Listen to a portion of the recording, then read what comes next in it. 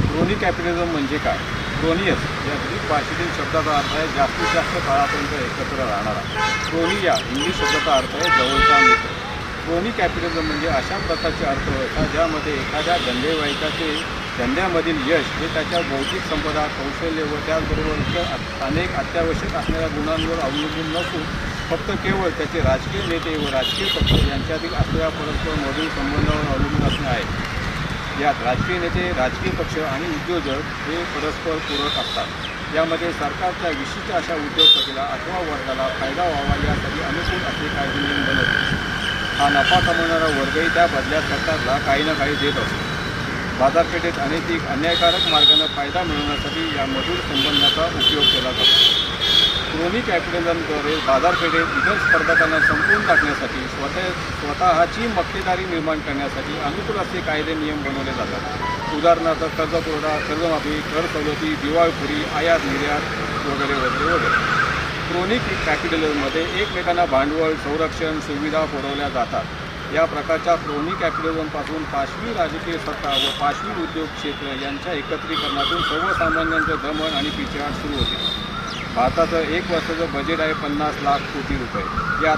या 5 वर्षात कोणतीही वाढ धरली नाही तरी ते 250 लाख कोटी इतकं एकूण बजेट बनणार आहे.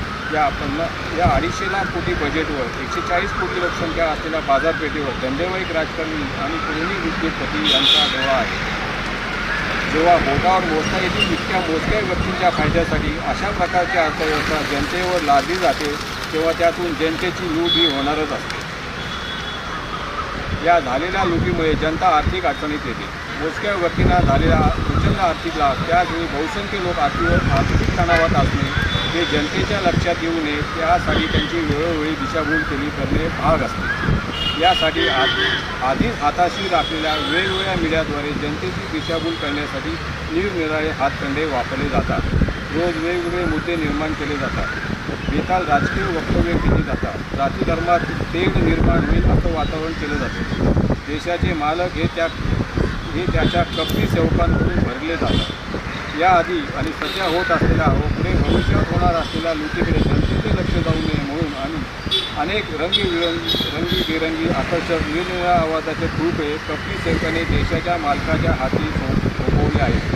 आता हे खूपे वाजवत बसायचे की फेकून द्यायचे यावर देशाच्या मालकाचं भवितव्य अवलंबून आहे. देश स्वतंत्र होऊन जवळपास 80 वर्षे होत असताना देशाच्या मालकाने त्याला साजेशी राजकीय प्रगल्भता वाढवली पाहिजे. देशाचा मालक हा हलक्या कानाचा, मंदबुद्धीचा असता कामा नये. आपल्या कौटुंबिक प्रगतीसाठी राजकारणी आणि उद्योगपती यांची असलेली ही अभद्र युती म्हणजेच क्रोनी कॅपिटलिझम उद्ध्वस्त करणे भाग आहे. यासाठी राजकारण्यांच्या अनावश्यक ओलाव्यापासून स्वतःला मुक्त करून स्वतःच मालक म्हणून घेतले पाहिजेत आणि त्या दृष्टिकोनातून ठोस निर्णय घेतले पाहिजेत. ध्यानात ठेवा, मी या महाराष्ट्राचा आणि जगातील सर्वात मोठ्या लोकशाही देश असलेल्या भारताचा सामान्य नागरिक नसून खरा मालक आहे. तुम्ही जय महाराष्ट्र, जय हिंद.